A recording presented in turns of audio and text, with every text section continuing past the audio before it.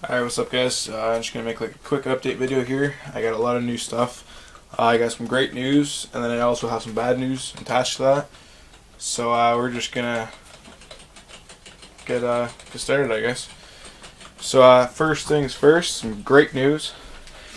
Okay, a few days ago, I put my my male albino vertical stripe California king snake, and with my female desert phase California king snake, which just means that instead of black and white, which they usually are, it's just a brown and white stripe. So here she is. I've had her for a long time. Close to 3.5 years now. Pretty much my whole reptile career. And she's got quite the story behind her, but I'll save that for another video. But back to the original thing. I had my male and her together, and I was attempting to breed them. They showed a lot of interest. The male was all over her. That's usually a good sign when breeding snakes, that the male climbs a lot over the female, and the female just lays there and accepts it. But turns out, after I took the male out and put him back in his cage after the first day, because you guys shouldn't leave these guys together, because king snakes are known to be cannibals. And of course, you don't really want to have your pet snakes die. So I went to go close the tank, and as you go, she might want to bite me here because I got some rats in here. But you can see on the tank here, these little notches right here, and right there. Those are what hook underneath here to lock it. And as I closed it, like this, you can hear it snap shut. The one side wasn't hooked in, and turns out she escaped. And so I tore this room apart. I had everything. I had this whole big tank right here lifted up. I had all that crap underneath there gone. I was looking underneath here, everything, couldn't find her. And with her history, I figured she was gone forever. And so I was pretty bummed out.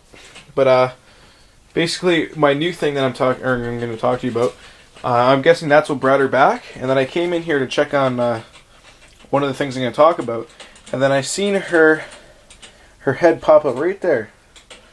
And then what's in here will make her kind of aggressive. And the only part that was out was the back part of her neck. And she's got a history of aggressive behavior. So I was kind of nervous about grabbing her, obviously, because king snake bites hurt a little bit depending on how bad they get you. Not much, but you know, you'll feel it.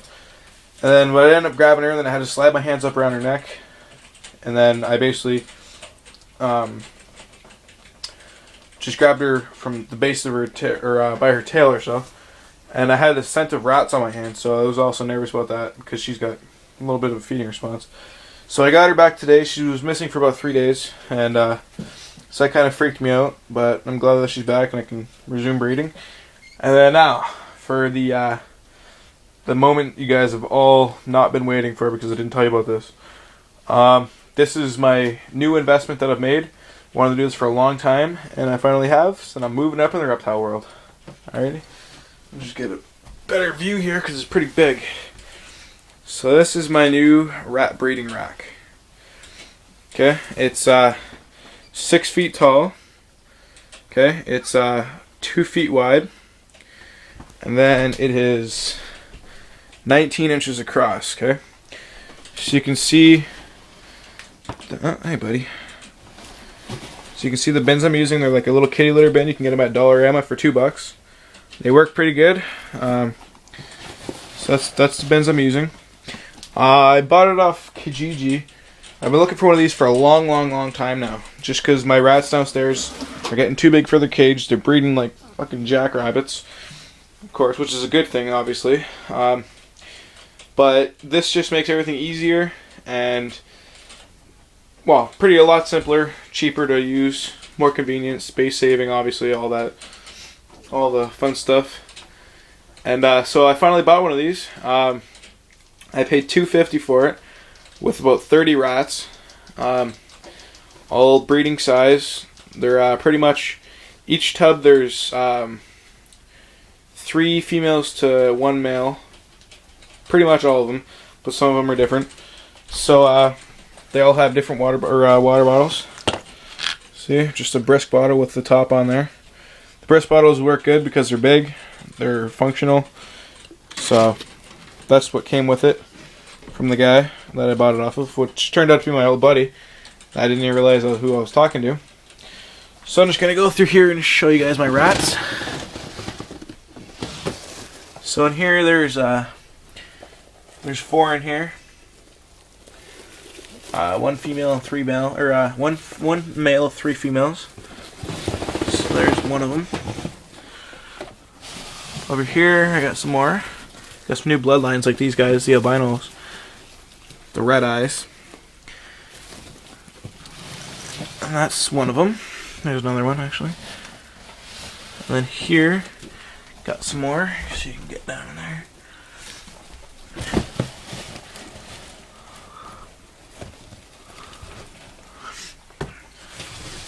And nothing in here. Nothing in there. Where are they? There.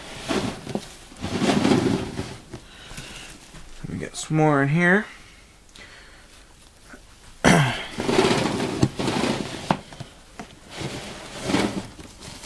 And last but not least, we got these guys right here. Oh, actually we got more. And believe it or not, the minute I brought them home, these guys in here actually started to mate. So that just proves these guys mate like it's going out of fashion. And then here's some more. This one right here, don't be alarmed. She has blood stains on her because when I was bringing them home, one of the rats was actually going into labor.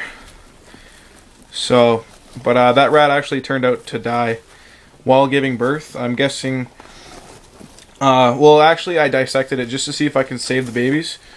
But turns out I couldn't. They were all, I'm guessing all the move got her kind of spooked and brought her into early labor. Because when I cut her open, all the babies still had, well, they basically weren't, what's the word? They weren't fully, Jesus Christ, they weren't fully developed, and they still had all of their egg sacs completely large, all the egg sacs, my God, the embryos is what I'm trying to get at, and so that sucks. You know, lost the poor little female who, you know, wasn't her fault. But what are you gonna do? I guess it sucks, but you know. We're going on to this. That one right there is empty, and that's empty. And then these two down here are empty, and then the one on the bottom there's empty.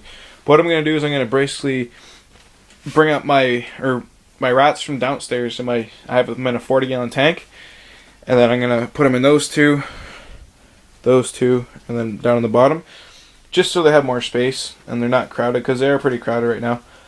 And right now these guys don't have food on them, just because I've had this set up for probably about 25 minutes now. I just wanted to get the water in there because it was kind of hot in the boxes. Because I had all those rats in the 3 boxes, which basically weren't enough. Because I didn't realize how big this rack actually was when I bought it. That's why it's in here. You know, like you can see how little room there is in here. Like, it's a fucking mess. Like, all this shit's blocked off now. Just Cornelius's tank. All this stuff back here. King snakes, the Pac-Man frog, Georgia, and a big shelf. So I had to put it back here. I couldn't put it with my other rat, or where my other rats were, because there just wasn't enough room. Like, so you can actually hear them mating right now. If you guys hear that. Oh, believe it or not, it's the ones I was telling you about.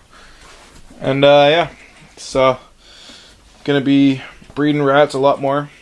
I'm probably gonna, well, I'm gonna have to start selling them, just because these guys are gonna be pretty expensive to feed. Oh yeah, but you can see how they have the feeding troughs here, and then on the back, all the air, etc. I got a lot more tubs back there. He gave me a few extra ones. And then he gave me a lot of extra water bottles because some of them, the seal on these were broken. And turns out he gave me 17 of them for a 14-bin tub, or a 12-bin tub, and only 3 of them were broken. So I thank him for that. He's a nice guy, and he hooked me up. And yeah, so thanks for watching, guys.